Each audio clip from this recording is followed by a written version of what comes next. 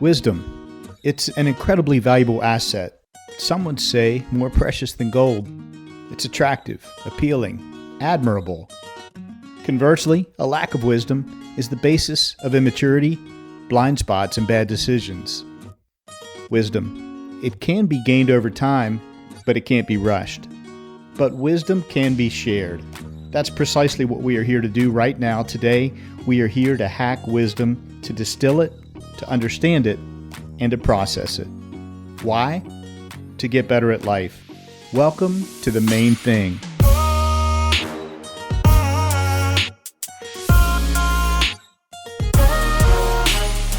This is your new Wisdom Podcast.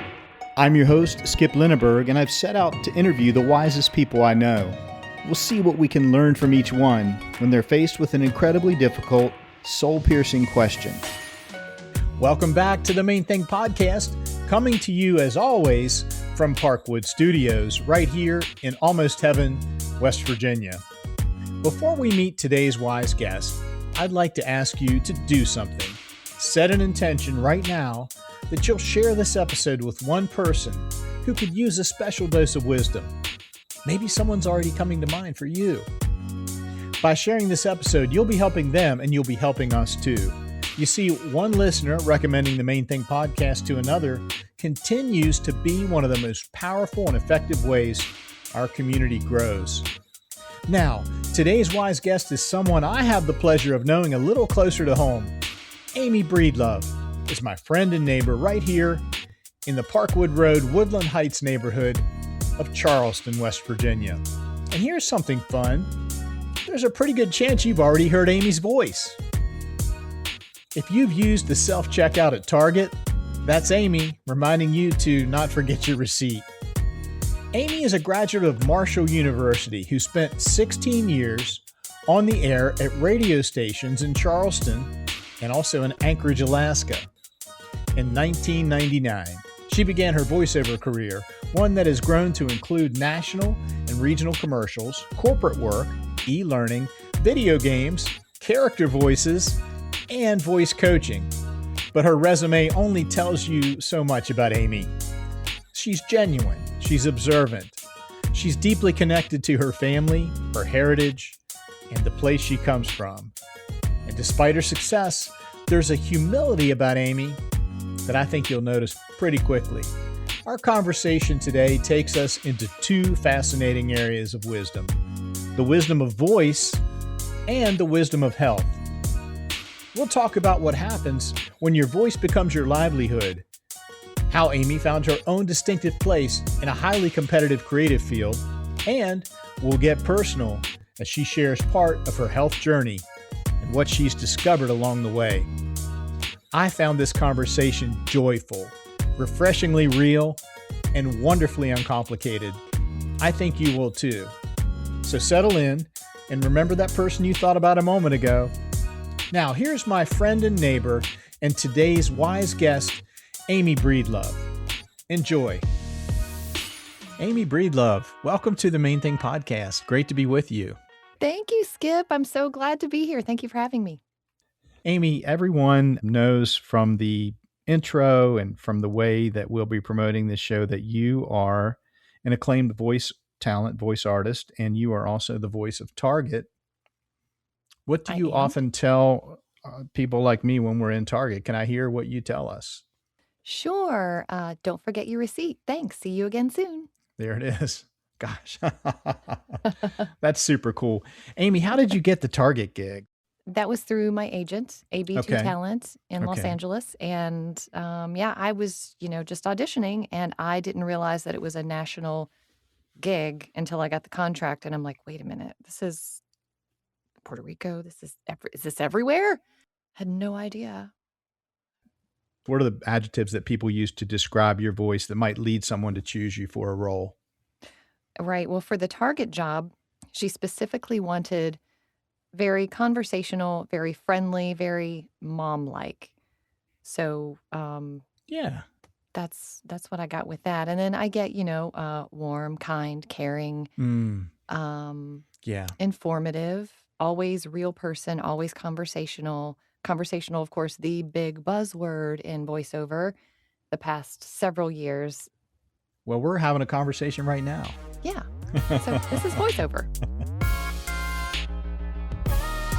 Take us way back. When did you first think, maybe I've got something here? My voice could be really good or exceptional. Let's see. I didn't, to be honest, it's so funny because I didn't really think about it. I just kind of moved through life. 7 years old, my parents bought me this little tape recorder, which I still have, this little Sanyo tape recorder. You put a cassette in and you hit record, it picks up, everything around you. I carried that thing with me everywhere, but especially right in front of the stereo. So I would sit in front of the stereo, record songs, hated when the DJs would talk over the song. I'm like, shush, shush, I'm trying to get the song.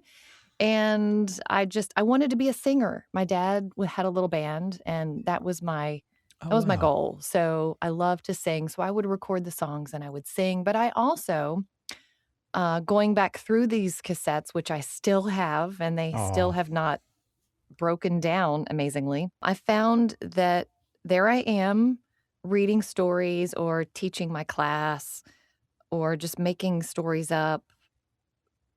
So I was behind that microphone since I was 7 years old, and it just kind of continued that way. I mean, I didn't keep my same little tape recorder, when I was a teenager, but I actually had a microphone. My dad bought me a little microphone, and I was just, I'm going to be a singer. By the time I'm 25 years old, I'm going to have a tour bus. I'm going to be on the road and have an album. That didn't happen. But fast forward to college and walking around all of the tables to see what am I going to do, because Dad said, you have to get the best education possible. That was his mantra my entire life. Good parenting. So I'm like, all right, fine, I'll go to college. So Marshall University is the college that I chose. And standing in front of the broadcasting table, I'm like, this could be fun because I liked my broadcasting class at George Washington. So let's go with that. And then they told me there's a radio station on campus. And I'm like, a radio station? That means I could learn more songs and I could talk to music people. So right on. That's kind of how I entered. Amie, I know you worked early in your career. You worked in radio. You were a DJ. I was. And that, again, did not plan on that because I was, it was, even though I loved to sing, I was still kind of shy. And 2 weeks after arriving at Marshall University, I received a phone call. Where are you? You need to come to the radio station. You need to pick a shift and get your on-air time. And I'm like, on air? What? I had no idea that I was going to talk on the radio. So that just got real. That got so real. Holy moly. So, learned how to do that. Still didn't quite feel like it's not really, doesn't feel what I'm supposed to be doing, but I was having fun with it. It was a blast. And after graduation, worked 4 jobs here in our local mall, the Charleston Town Center, and mainly the music stores, of course. And then applying for radio and while working in, I believe it was Camelot. Matt Goodwin, is he still in radio here in town? I'm not sure, but he was in Camelot. He was chatting with someone. He goes, yeah, I'm still at V100. And my ears just perked up. Went right over to him and I said, excuse me, you said V100. I just graduated with a broadcasting degree. I'd really like to work at V100 because I've listened to it since I was 7 years old. Nice. So he introduced me to Rick Johnson, and within a week or so, I was in for an interview. Love Rick. Yes. Yeah. Well, that was a good pitch you gave. Thank you. Yeah. Thank you.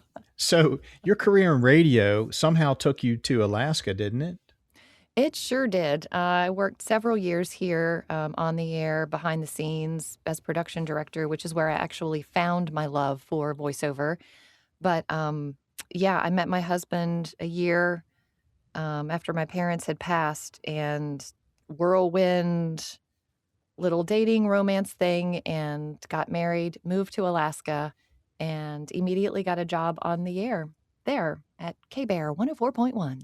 Oh, cool. Twists and turns. Wow. I know. So you're DJing, you're working for radio. You said you were a producer. When did you make the shift to become full-time voice talent? That was in 2011, May of 2011 to be exact, but I Okay. can't remember the exact date. I finally realized that my client base was growing and I would be on the air and I would have clients reach out to me and say, can you have this over to us at such and such a time? And I'm like, well, I'm on the air right now. And I had wonderful bosses in radio, both here in West Virginia and Alaska. And they said, if you need to use the production room for any of your voiceover stuff, that's totally fine as long as you get everything else done. So, yeah, once I just became super busy, my husband said, you know what? Let's do it. Let's build the studio, Mm-hmm. go full time, give it a whirl. And he built this. He pushed in with his fingers. Oops, that one's falling out a little bit. The thumbtacks with his thumb. And his thumb was numb for like a month afterwards. And I'm like, couldn't you have just hammered it in? But anyway, he built this here in the second bedroom. And this was my very first studio. That's so cool. Here we are 15 years later. I know. So you produce work for clients, commercials, narration, script reads. Yes, lots of corporate videos. And you also offer some coaching, don't you? I do. I coach on my own, and I also coach with UVT, Universal Voice Talent. There's 6 of us on the team, which gives students a good variety of everything they need to get started with marketing, tech. So you get your studio set up with one of the coaches. There's animation coach, and then pretty much all of us teach performance. But that's the one thing that I really can't give teaching on my own is just the tech side of things, because that's more of my husband's wheelhouse of getting things all set up. He knows where all the cords need to go, and I'm just here to read, perform. Marketing, of course, I do have a marketing class with teaching on my own, but yeah, that tech side. Yeah. And speaking of marketing, I love when you take us behind the scenes, you're putting together a voice track and you're showing us on a short Instagram clip or a social reel how it's done. And I love the ones where you show us the flub ups, like, oh, what did I just say? That's not what I meant to say. That didn't come out right. Let's do that again. Those are fun. I love those. I need to do more of those. That happens a lot. So I should just record myself. So that might have sparked someone's idea that they want to reach out for coaching or they want to learn more about your voice talent service. Maybe they want to hire you for commercial work. Sure. Where would they go to find that? That would be my website or email. Website is amiebreedlove.com. It's AMIE, just like Mamie without the M, which was my grandmother's name. Aw. I know. And Breedlove, breed and love, all one word, .com. Email is amy.breedlove@gmail.com. Perfect. I'll put a link to both of those in the show notes. I'll tuck those in there for folks to conveniently just click and reach out. Why, thank you. 192 extra minutes of wisdom. That's what you get when you become a patron of the Main Thing podcast. Many of you continue to say, we want to hear more from these wise guests. That's precisely what patrons of our podcast get. Exclusive access to bonus episodes called The Whole Thing. These 30-minute special shows bring you a deeper dive into our guests' wisdom. Less editing, more laughter. Less time limits, more stories. Unlock those 192 extra minutes of wisdom for yourself for as little as $9 per month through the Patreon platform. And when you become a patron, you also get access to wisdom essays, behind-the-scenes glimpses, and access to special patron-only wisdom gatherings. Head over to patreon.com/themainthingpodcast. Go unlock your 192 extra minutes of wisdom.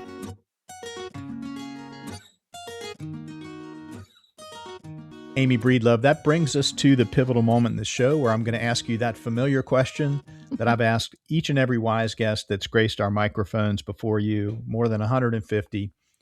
Amie Breedlove, what's the main thing you've learned in your lifetime so far? Skip, the main thing that I've learned in my lifetime so far is to slow down and observe and really look, really see things. Maybe even as for the first time, things that you've seen or see every day. Mm. Uh, That really resonates with me.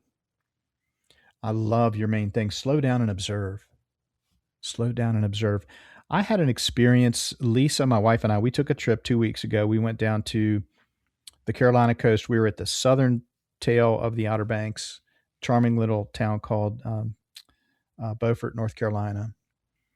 And I got about the second day, maybe, it takes a day of travel and you're tired, but then that second day I got relaxed and I started seeing things, and I was taking pictures of beautiful things that were a little ordinary, but if you're going through life at a fast pace and your brain is occupied with your to-do list and your worries and your cares and your troubles, you're just not going to see those things. And I was sending one of my best friends a couple pictures, and he's like, "I can tell you're relaxed, Skip, because you're seeing the beauty in things." And that was what he said it perfectly. Amie, I'd like to invite you to just go deeper into the nuance and tell us more about your main thing wisdom nugget. yeah, of course. So if you're familiar with the play Our Town, Yeah, Thornton Wilder. yeah, Yeah. that's what really it grabbed me during high school. I remember because at the end she's like, I wish I would have just looked more Yeah. and savored those moments. And it didn't really come back around again until after my parents passed. My dad passed in 2001. My mom passed in 2003. Oh. And I was, in my 30s at the time, and I'm an only child. So I was very close with my parents. And it was after that that I realized, wow, I mean, you really, now at 55, there are still things that I was like, why didn't I think of this to ask my mom or ask my dad, or just notice more when you're in a moment of just laughter or concern or just even just hanging out, being in each other's presence. So I do that now with my husband. I'm just like very observant of everything and knowing that life is short. Enjoy it. Yeah. Yeah. Those are wise words, and exactly why I wanted to have you on this program. That's a wonderful addition to our library, our collection of wisdom. Yours is slow down and observe. You can't do one without the other, can you? No, definitely not. And on days when I'm, maybe having a bad day or I just have a lot of work in front of me, I just have to, and nature is so healing for me, as you can see from my front porch. And that's normally where I'll go. It's just to grab in that moment of, let me realize who I am, where I am, and what I am, because I'm on this big blue ball floating in space. And here's all of this wildlife just kind of hanging out and enjoying their day. So, and a tree that's, I've been doing a lot of Tai Chi. So I'm really into this whole thing of just relaxation and just noticing nature and how nature just kind of is. Yeah. So that brings me back to my center. Absolutely. You and I have a shared commitment to those self-care practices that help us quiet the mind and Yes. center the body. And I did mine. I call it my morning flow. It's a mix of Tai Chi and stretching and yoga.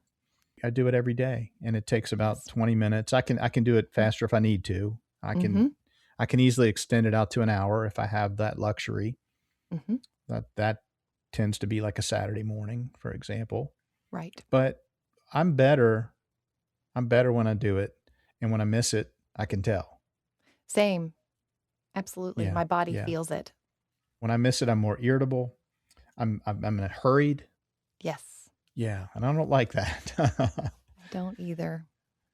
When I can slow this engine down, I can slow down and then I can observe. Exactly. Per your wisdom. Amie, if someone listening has never thought about this, they just go through life and they don't think about their velocity, the speed they're moving at. Mhm. And they're like, okay, I see things. I use my eyes all the time. They're not really focused on observing for the purpose of appreciating the beauty that's around us. How might they get started into that? How could they start down that path of your main thing, slow down and observe? For me, it was just taking the time. And I do still have days because this job is such a hustle where I'll push it to the side. And like you said, you feel it. So I think it's just a matter of making yourself really take the time, even if you say, okay, I'm going to give myself 15 minutes or 5 Mm-hmm. minutes Mm-hmm. to just choose something that really makes you happy, makes you light up inside, even if it's just a thought. That can be immensely healing on its own of, when you're planning on going on vacation, you're like, "Oh, I'm so excited to go on this vacation." So, even if it's just 5 minutes of really thinking of something that just lights you up inside, that will do wonders of getting you to that space, I believe, Yeah. of Good. wanting to pause. That's a great tip. So commit to a time. You could start with 5 minutes. You could start with 10. Mhm. And I'll add to that. If you don't know where to start, you know nothing about yoga, and you don't really want to take the time to learn yoga or Tai Chi. Not that it takes a long time to learn, but during that 5 or 10 minute period that you've carved out, and then you say, okay, I'm going to be disciplined about this. You could even close your eyes and listen to music. Sure. Sure. Absolutely. Yeah, yeah. You Music is could the best. there are tons of guided meditations out there if you want to quiet your mind. Yes, and that is And one thing that I found, because I would try the meditation thing, and I'm like, "This is not working," because I'm such a scatterbrain, and I like to be moving around. I'm not even a big movie person. My husband, it drives him crazy because I'm like, "I just can't sit." I've gotta be doing something like yeah. crocheting or reading or something, and so meditating was not working for me. That's where Tai Chi and Qigong came in Hmm. handy for me because you're meditating as you're moving Yeah. slowly, Yeah. and it works. Can you think of a recent example, Amie, where you were in that mindset and you were in that headspace, you had slowed down and you observed something beautiful? When did that happen for you and what was it Oh my recently? goodness. Oh, wow. That happens every day. Um, it really, really does because, I've chatted with you before about my health journey, and every day that I feel good, um, that's a beautiful thing for me. If Mm, I'm able to just walk, I yeah. get, and it's not, I have to go to the grocery store. I have to clean the toilet. I get to go to the grocery store. I get to clean the toilet. I get excited about cleaning the toilet. Um, whatever it is that I'm doing that I'm like, "Ugh, okay, I have to cook dinner again." No, no, no, no. I get to cook dinner because someday I won't get to cook dinner. Someday Right. I won't get to clean the toilet. Someday I won't be able to walk, maybe, you know, on the trail. Yeah. So I'm just happy that I'm able to get to do things. What you led me to just now was something very ordinary, and I'll just share a very brief observation. But when I reflect on your main thing, which is to slow down and observe, we have a coffee pot. It's the one we've had for 4 or 5 years. My wife and I both love coffee, and so we carefully and thoughtfully selected this coffee pot. And the point is not the features of the coffee pot or what brand it is, but we use it every morning. And when you're in a hurry, you're filling that coffee in there as fast as you can. You put in the water and you hit go, and you just want it to be ready. Yes, come on. But when I slow down and observe, I notice out the top comes these amazing steam shapes. And when I'm just sitting there and I'm slowed down and I'm observing, you see these amazing um, sculptures in the air of steam. It's like, oh my gosh, wow, that I guess for me That's cool. the big insight is that's always there. Yeah, It happens every time we make coffee, but I don't often take the time to sit and notice it. it's the little things. Yeah, Yeah. So Yes. you just led me to a rich recollection and insight. I love that. I love that. Amie, a few moments ago, you mentioned health in the context of how we appreciate the ordinary, daily, beautiful things. And it's powerful when we can stop and say, gosh, I'm healthy today. I feel great. I'm blessed. What a beautiful thing this is, how I feel today. But I know that's not always been the case with you. And we've had some really meaningful conversations because in our family, my son had a 4.5 year battle, a journey through an autoimmune illness, and he's come out the other side. Fortunately, well, he's completely healthy. And I know you have somewhat of a similar experience. I wondered if you would share a little bit about that with our audience in the hopes that that wisdom of health and how we take care of ourselves might help someone who's listening right now. Absolutely. And glad to hear Sherman is on the other side and thriving. I love that. Thank you. So let me start first with when I was 7, my mother had a brain tumor and it was benign, thankfully. She came through Mm, surgery, gosh. but she ended up with facial paralysis, had to learn how to eat, drink, talk, walk. She had double vision for the rest of her life, although Oh, prescriptions, eyeglasses helped. She had a cousin who was an eye doctor, which was a blessing. And that was a very rough time for me at 6 years old, 7 years old.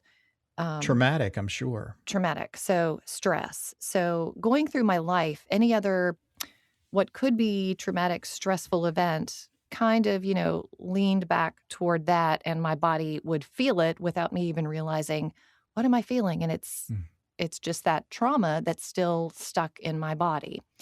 So that is what has caused, I think, a lot of these things that 5, 5, 10, 15 years ago have started becoming a problem with food sensitivities.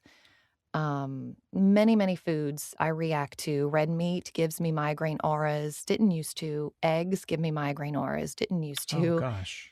Fermented foods, can't do those anymore. Oh, I miss my peanut butter and pickles. So I'm working through food sensitivities, also a possible autoimmune, like your son. Um, and I'm working with a nutritionist. I've been working with her for 3 years. We're coming around the bend and Mm, making progress. There are supplements that have really helped me. There's a genetic health test that I took that has really, really helped and shown what my body needs. amazing. Yes. Yeah. So if I can't say enough good things about my nutritionist, and I've worked with several functional medicine doctors. I just tend to have more side effects with a lot of the medications. So I want to get to the root cause of what's going on so that I can thrive um, without Yeah. having to take a ton of medications. Yeah, that's that point of transformation that you're looking for. I completely relate to that. And that's a different way of a radically different way of looking at things, isn't it? Oh, absolutely. Yes. So Yeah. whatever you put into your body, it needs to be what your body needs, which is why I do a green drink every single day. And you have to make sure that you're keeping your liver, your pancreas, your kidneys. These medicines are all filtered through that. So they have to be in good working order. And my methylation, I found, was or is still off. So we're working on my methylation pathways to get those Okay. moving along. If you don't have your health, you don't have anything. And I've realized that too, because I don't know if I've told you this, but I've had so many ER visits within the past 5 years. It's almost like an every 6-month thing where I'll dehydrate on a dime. Oh, And wow. even though I drink water, I use my mineral salts, and I also have an Mhm. ATG gene, which is salt sensitive. So I have to be careful with my salts, but I need to get that potassium, chloride, magnesium in there. So it is a puzzle under the works. But knowing that, like I was saying earlier, just being able to, I get to clean the toilet. I'm so happy about that because you know what? I'm not laying in a hospital bed. Amie, thanks for sharing about your health journey, and that's just meaningful story and learning that we're sharing in the hopes that it might help at least one listener find Exactly. a different pathway to health. Yes, I would love to be able to get this all fixed and share and help. Absolutely. Amie, I've just enjoyed immensely our conversation today. You've shared such wonderful stories and wisdom, and I want to invite you to take a minute here to share a parting thought or an idea with our audience of about 1,000 wisdom seekers, folks who are keenly interested in personal development, growth, and getting better at life. That is me. I'm a sponge. I just want to soak up all the wisdom. And that would probably be the first thing that I would say, which is what I heard my entire life growing up, was to continue educating yourself, learn all that you can about everything. But especially once you start getting older, since we've chatted about health, learn about the best way to take care of yourself healthfully, but also to do better, to be better, feel better, and be that change that you want to see in the world. Kindness, share a Mm, smile, even on your rough days.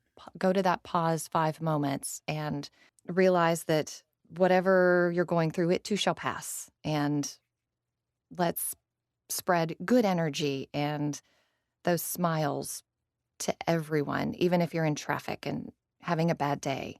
Just know that that person in front of you, they're traveling somewhere too, and they're trying to get through their day. We don't know what they're going through. So maybe have yeah, that top of mind all the time. that's great advice. Amie, I can't thank you enough. Thanks for coming on and sharing your wisdom, your stories. This has just been a joy. It has been. This has been absolutely wonderful. Thank you so much, Skip. My pleasure. Amie, I'll see you soon, but so long for now. So long. That goes by incredibly fast, doesn't it? Time flies when you're hacking wisdom. Thank you for listening to this wisdom conversation.